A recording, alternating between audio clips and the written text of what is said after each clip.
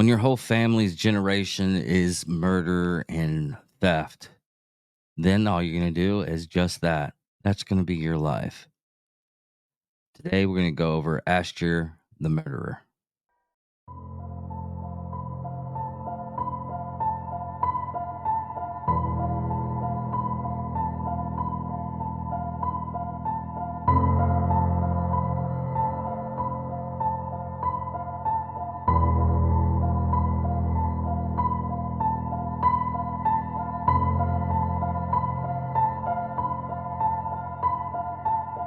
Ladies and gentlemen of all ages, boys and girls, thank you for tuning in to yet another episode of Angry Meat Production. We appreciate you coming in and letting us be a part of your lives week in and week out. We hope to do our best to present you with something that your eardrums delight in. Whether you're looking at us on YouTube or Rumble, or listening to us on Spotify, Google, or Anchor, or any of the other podcast services that we are currently on or trying to get on. We thank you. And if you don't mind, at the end of every episode, stop by, leave us a comment, leave us a like. If it asks for 5 stars, we'll take 5 stars, even if you don't like us. 5 stars are what it's all about. With that being said, we hope you enjoy our attempt to make our advocation our vocation. Ladies and gentlemen, let the games begin. We here at Angry Me Production want to thank our sponsor, Mobile Notary Mindy. She's certified with the National Notary Association. She's also bonded and E&O insured. She offers a wide range of services including wills, powers of attorney, medical documents, healthcare proxies, living wills, certification of trust, assignment of personal property, HIPAA waivers, advanced healthcare directives, and 99 verification. You can find her on Facebook, TikTok, and Instagram at Mobile Notary Mindy. You can also visit her webpage at TexasMobileNotaryMindy.com. That's TX, MobileNotaryMindy.com. Thank you so much, and enjoy the show. Welcome, Angry Faithful. Yes, today we're going to go over Asghar, the murderer. He's a Iranian serial killer, and from what the data shows, that he was the first Iranian serial killer reported in the 20th century. So let us begin. Now, a lot of this stuff is going to be Stephanie Hawking's voice on this, because it's a lot of Farsi, Aramaic, if you want. But let us begin. Agar Borajordi was born 1893 in Burjard. He had 2 brothers, Reza and Taji, and 1 sister, which they don't give a name for. Asghar. Is it Asghar? Asghar grew up in a family which his history varies in criminal activities, including theft, murder, and defamation. His grandfather, Zolif, was a bandit who robbed caravans in the city of Bajor. Let me make sure that is right. Borajard, Malin and Arka, sometimes murdering the caravan owners. Asghar's father, Mirzi, was also a known bandit who killed more than 40 civilians with his bare hands. His notoriety made him an immigrant to Baghdad with his wife and children. On the way to Marsahad, Marzi was killed by Persian Kazakh brigade in Iran. His family and children continued in Baghdad. Asghar, who had heard from his mother that his father had been a soldier who was killed during his military conception. The family soon traveled to Iraq under the pretext of making the Stephanie Hawking, help me out with this one. Karbala pilgrimage. And so essentially decided to remain in Baghdad. Asghar ended up in a young age selling snacks to other children and adolescents and made his friends with them. He would promise them to give them treats, but instead would assault and sexually molest them. It was during this time when Asghar was. Let me. I'm really horrible at names. Asghar. Yeah, Asghar was age 14, and this was his first arrest and prosecution for the abuse of other children in Baghdad, and was imprisoned. Unfortunately, due to his young age, he was not considered a serious risk and was released with the consent of his victim's family. He then returned selling nuts and snacks. Soon, Asghar was again arrested and sentenced to 9 years for a prison term. After it was discovered that he abused 5 children in Baghdad. At the age of 27, he was released in order to stay away from activities that could possibly land him in contact with again, with police or the court. It was during this period that he killed 25 children and adolescents in Iraq and eventually confessed to the last murder. He quickly fled to Iran, where he settled permanently. Asghar said the following about his crimes in Iraq. In Iraq, in my brother's cafe, I spent all the money. I was selling nuts for some time in the mosque and was in contact with children until I was imprisoned for 9 years for abusing 5 of them. After my release, I was still around children until I decided a carpenter study named Hazan one night, raping him with 5 other. Because of this, I retained 2 years and supervised by the police. Every night, the police would come to my home and control my actions at home. So I decided to kill. I decided to kill any boy I raped. I killed 25 in Baghdad, often drowning them. Some resisted, and since I was not going to leave any trace behind, the last kid I shot. Another child saw me, and then I ran to Iran. Wow. Okay. When Asghar returned to Iran, he did not return to his hometown of Bajard. Instead, he settled in Stephanie Hawking's Tehran. Tehran. Uh, let Stephanie Hawking do this again. Riza Khan Caravanserai. Riza Khan Kanzavare, where he was particularly busy with athletics. In this way, he would frequently contact with children and adolescents. His main targets were male teens who had come to look for work. During this brief time, he killed 8 people and dumped their bodies in the southern part of the city. Discovery of the mutilated bodies of these adolescents in the furnaces and aqueducts near Muh and Stephanie Hawking Minudasht. Menudash village became a source of fear in Tehran. In January 1933, a teenager who was lost in Stephanie, help me out with this one. Kalakarabakh. Kalakarabakh village, south of Tehran, found the bodies of a boy.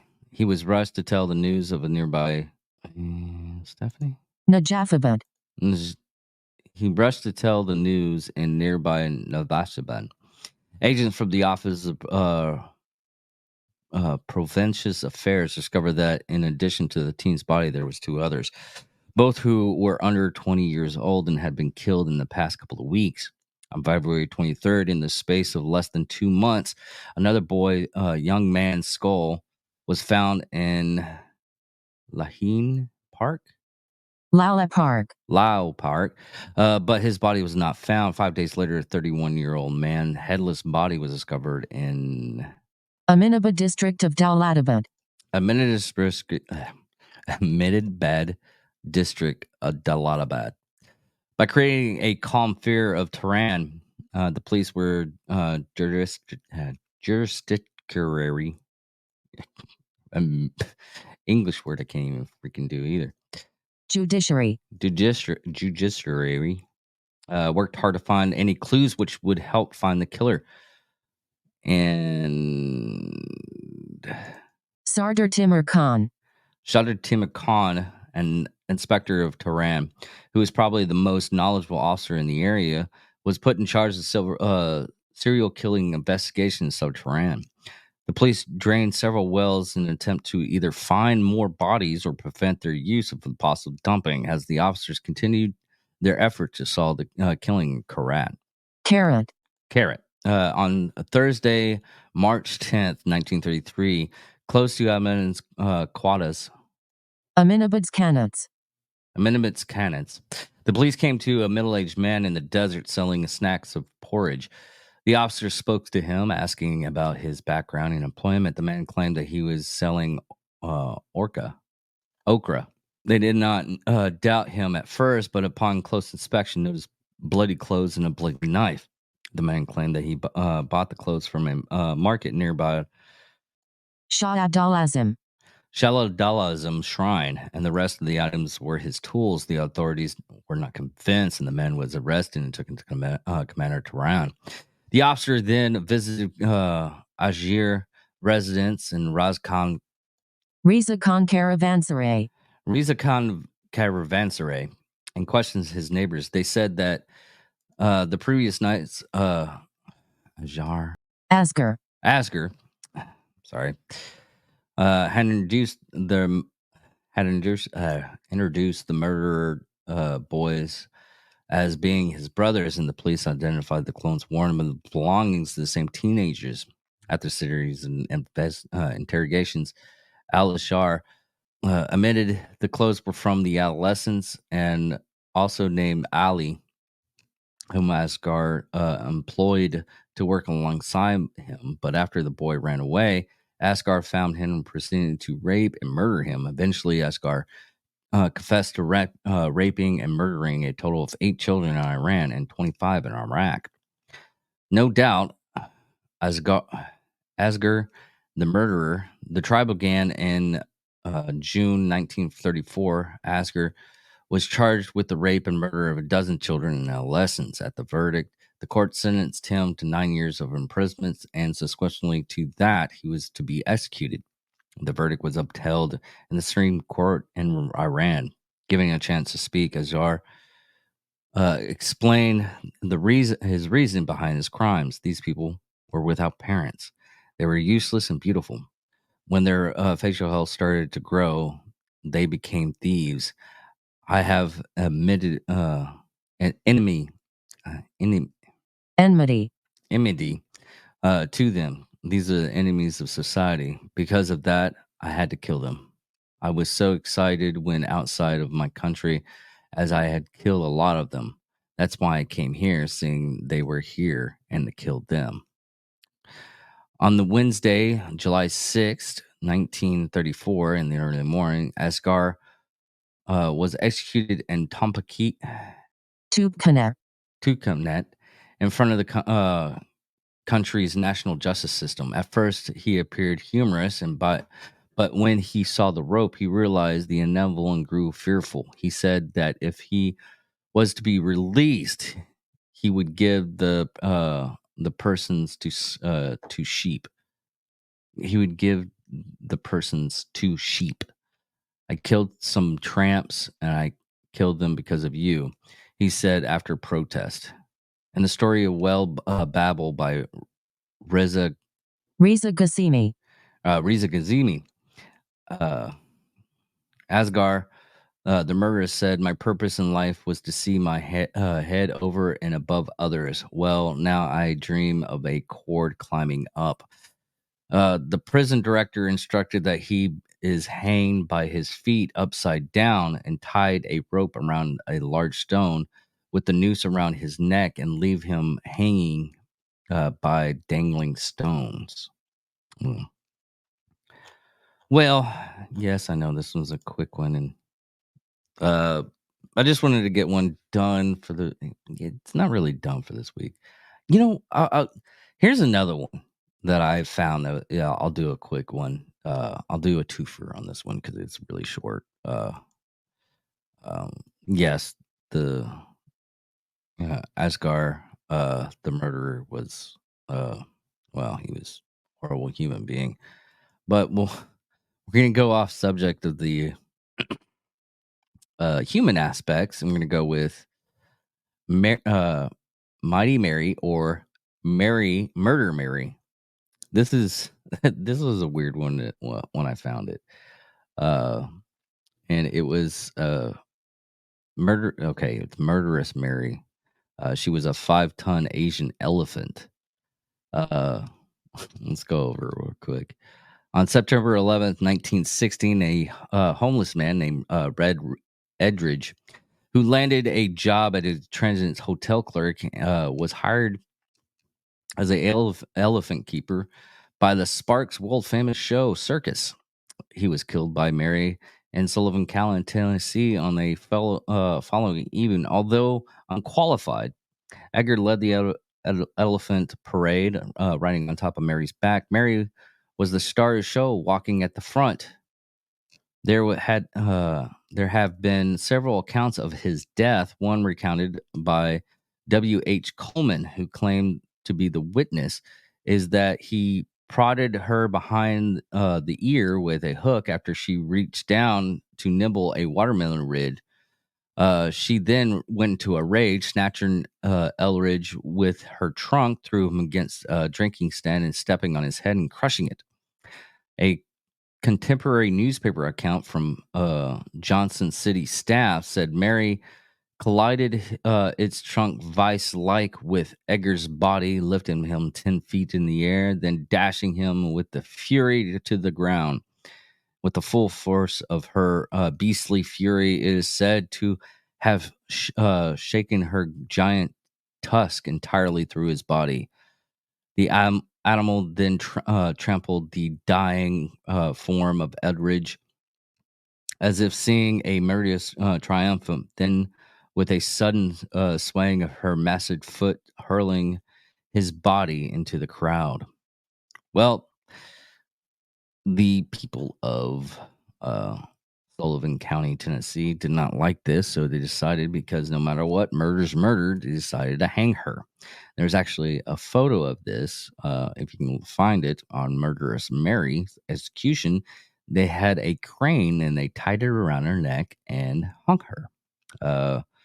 But the details of the aftermath is confusing and a maze of sensationally newspaper stories and folklore. For example, the Aftermath newspaper described Mary as impaling Andrews with her tusk, despite female elephants lacking tusk. Most accounts indicted that she calmed down afterwards and did not charge the onlookers, who began chanting, "Kill the elephant, let's kill it."